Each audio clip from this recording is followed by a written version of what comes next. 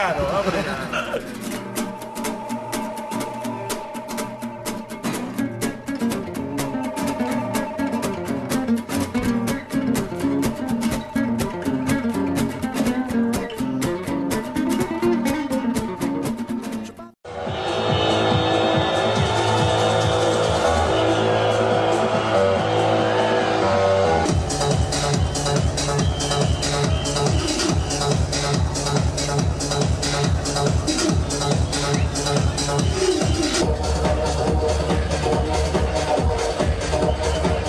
So I decided for the first time in my life to take 6 months off and enjoy being in Melbourne, the place that I've really enjoyed being at.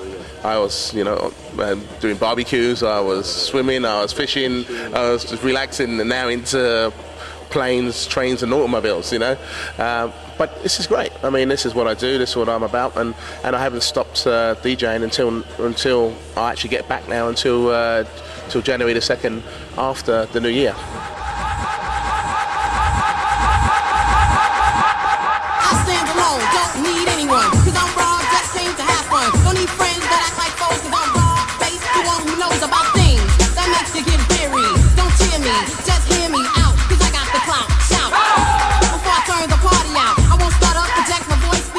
You get the next generation comes through and create their Ibiza. The next generation comes through and creates their Ibiza. I mean, I've been going to Ibiza every year since 1984. So I've gone through two generations based on the reasons why I am now, I love the island for peace and tranquility and the food and everything, but I also love the island because of its club scene. Yeah, that's one of the reasons why I went. There's nothing else like it. So the generations of over the years have just changed the attitude towards what happens in Ibiza. The setup of Ibiza gets better in the sense of safety, especially with the road system, because in the early days there was no real road system. There was no traffic lights, no roundabouts, no order. People were dying on the roads purely because there was just no signs to tell you that there was another side of the road and things like that. Now that's become a lot better. Now they've spent thousands of euros on making the roads a better place. All the hotels are much better set up now. The service is a lot quicker because everyone's chilled and relaxed and enjoying themselves. But people are coming from all over the world now, and they want the kind of service in the sense. So if you go to certain places on the island, you get really good service, good food, good hotels, good rest. Meanwhile, one of the reasons why people really go to this island is because of the music, and that still prevails today.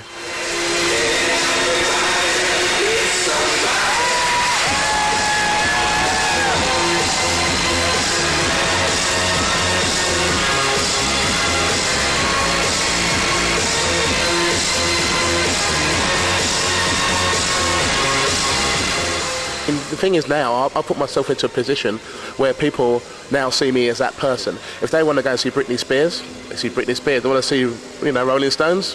It's on buses, it's on billboards. Doesn't mean that the music or their attitudes or their personas changed. It's just that we've grown into a situation now where we've become a part of the hierarchy of entertainment. The DJs before, no one cared. If I DJ'd in Pacha many years ago, nobody would know. But the night would still remain the same. But now people know. We don't want people to go on the island and then go into a club night and they experience a DJ which they never knew about, which wasn't that good. So if they wasted the money, wasted the time, and everything else. I don't want people to waste the money and waste the time. I'm at that club every week, and I'm giving my 110% to it. Is the reasons why the advertisers on the board.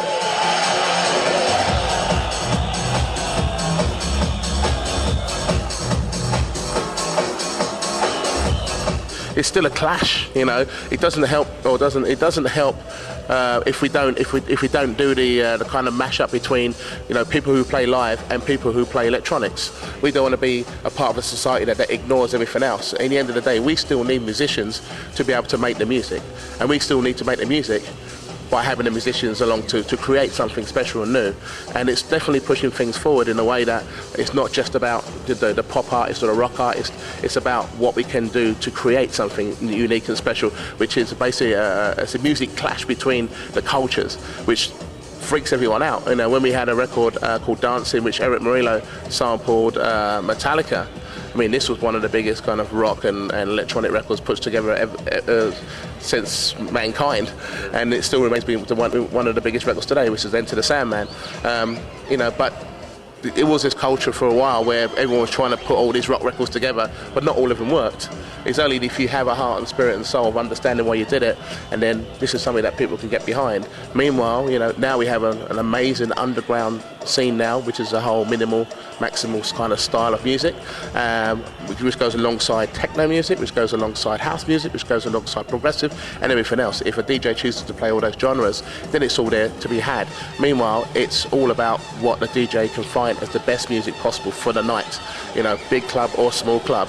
Now it's really important that people understand that DJs have to now dig deep in their record box to play good music, not just a genre of music, and I think that's the most interesting point of where we are right now.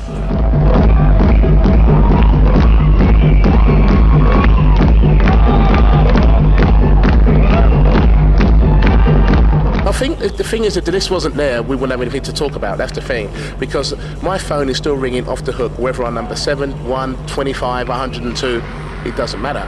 It's just that there has to be some sort of Bible where people can see that if people are seriously voting with their feet or voting by what they think is something which can represent.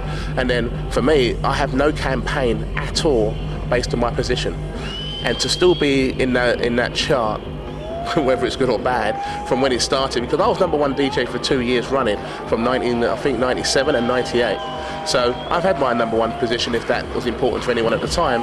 But meanwhile, I've been in the top 5, the top 10, 7, 6, 2 for years, and after all this time I'm still considered to be someone that stood in the top 10 purely based on how people have voted.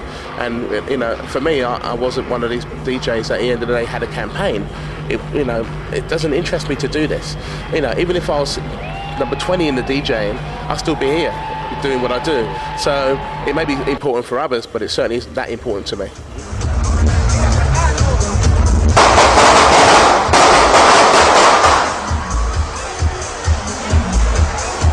Well, the thing is about Venezuela is that this is the second time I've been back there. First time when I went was about 4 years ago. It was just amazing. About 4,000 people in a nice warehouse, underground party. People dressed up, looked really cool, had a really good time. I had no problem with going back to Venezuela. This time around, they had 7,000 people interested in what I had to say when I came back. They had a really great setup of production, lights, sound, and everything else that goes with it. When I started, everyone was just ready to roll. When I started, I kind of played nice easy beats, just winding people into my sound. And just before the incident, there was fireworks, bang, bang, bang, bang. There was pyrotechnics, boom, boom, boom. So I'm like, oh, okay, everyone's like, woo, no problem. But then the other sound that we heard, for me, sounded like firecrackers or some way, but it was gunshot. Then I looked out in front and then saw people moving away. And then I was told to get down. I'm like, whoa, I've never been in a party where I've been told to get down before, because of gunfire. I mean, this was shocking. But to actually see the people laying down, blood, not moving, panic everywhere, people running everywhere.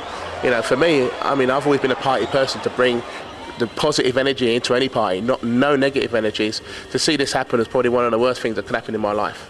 I don't want people to come to one of my parties to be shot in the face or to be killed or for anything to happen in any way. It's just not the reason why I do this. And to see that happen in front of me was a very, very bad day for me, a very, very bad day for the scene, and certainly a very, very bad day for the people who died.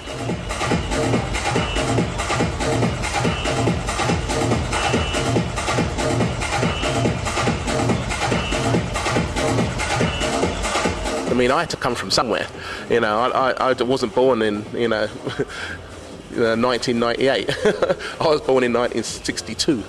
So I came from an era where there was no kind of like electronic artists. They were all bands. So therefore, there's soul singers, and there was kind of arrangers who used to arrange all the strings and parts of music and stuff like that. And that's what I grew up with. That's my whole intro into music. So when I'm able to go back in time into the tracks that kind of kind of got me where I am today.